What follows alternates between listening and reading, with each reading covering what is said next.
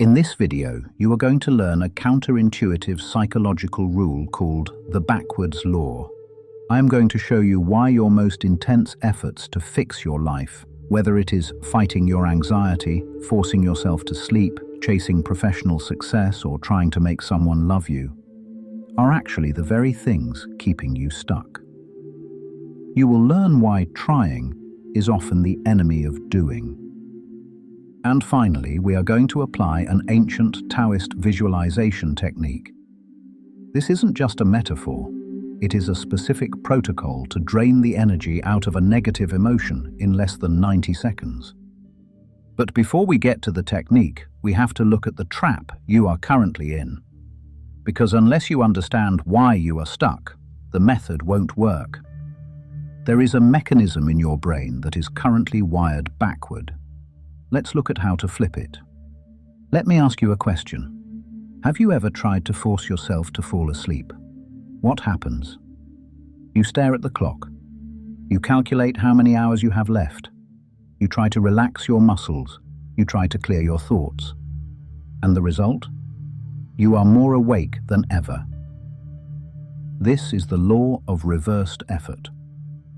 The philosopher Aldous Huxley described it best. He said, "The harder we try with the conscious will to do something, the less we shall succeed." Think about it. The more you try to force your career to take off, the more you feel like a failure who is falling behind.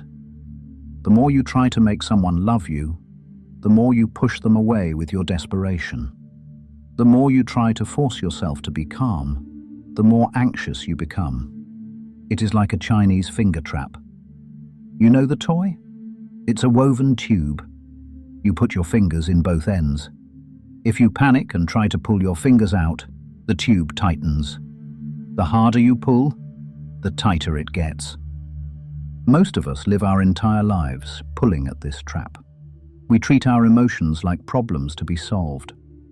But there is a specific moment where the backwards law kicks in.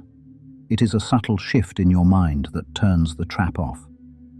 I'm going to show you exactly how to find that shift in a moment, but first, we need to understand the feedback loop from hell.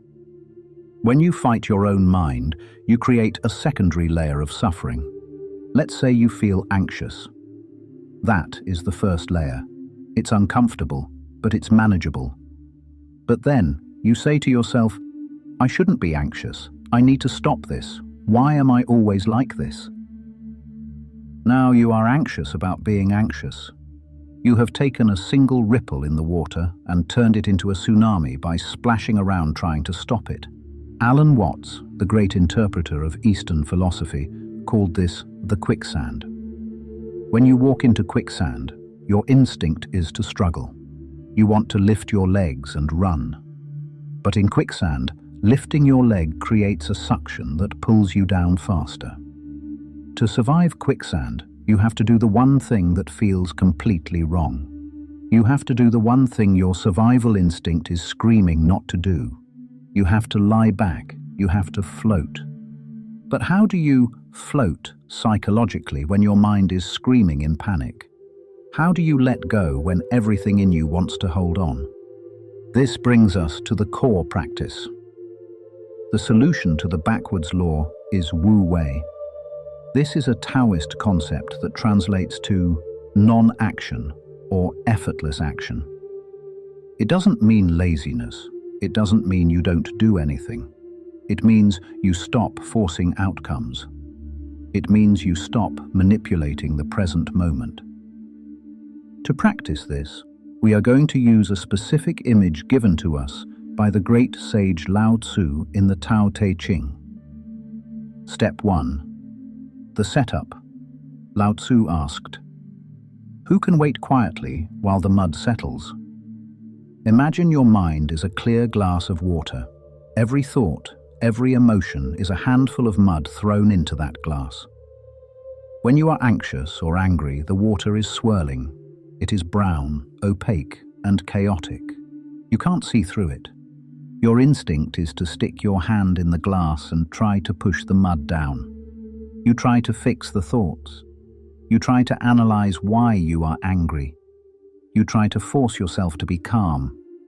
But what happens when you stick your hand into muddy water and move it around? You stir it up.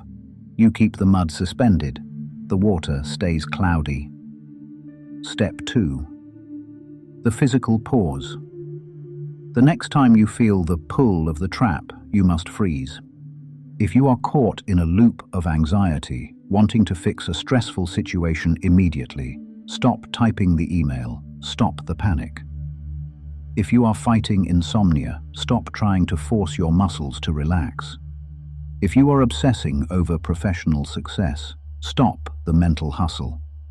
If you are desperate for love, stop the chase, stop checking your phone.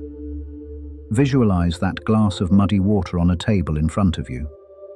Recognize that your urge to do something is just your hand reaching out to stir the glass. Pull your hand back. Step 3. Radical observation. Now we apply the law of reversed effort. To clear the water, you must leave it alone. You must let the glass sit on the table. But what do you do while it sits there? You watch. I want you to turn your attention to the physical sensation in your body. Don't look at the story, the email, the sleeplessness, the rejection. Look at the energy. Is your chest tight? Is your stomach churning? Is your jaw clenched? Step 4. Riding the chemical wave. Neuroscientists tell us that the chemical lifespan of an emotion is roughly 90 seconds. That means the adrenaline and cortisol flooding your system will flush out in a minute and a half, if you don't interfere. If you start thinking about the story, he shouldn't have said that. Why don't they love me? I'm going to fail. You re-trigger the brain. You pour more mud in. You reset the 90-second clock. But if you just watch the physical sensation, treating it like a science experiment, the mud begins to settle. Gravity takes over. The heavy particles of anxiety sink to the bottom. The water at the top begins to clear. You didn't do anything. You didn't force clarity. Clarity appeared because you stopped preventing it. Step 5. The clarity of inaction. Once the mud has settled, the right action will arise naturally. It won't be a forced action. It will be an effortless action. You will know exactly how to solve the anxiety-inducing problem. You will naturally drift off to sleep because you stopped fighting the wakefulness. You will see the path to professional success because you stopped blinding yourself with fear. And paradoxically, the moment you stop desperately chasing love, you become someone capable of attracting it. This is the power of the muddy water. By refusing to stir it, you allow the solution to reveal itself. However, there is a massive trap waiting for you here.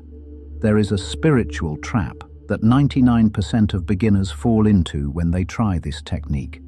If you fall into it, you will actually make your anxiety worse. Let's make sure you avoid it. Here is the trap. You hear this advice and you think, okay, I get it. I need to stop trying. So, I am going to try really, really hard to stop trying. Do you see the problem? You are still trying. You are just using letting go as a new weapon to fight your mind. You are sitting there thinking, I am leaving the water alone. Is it clear yet?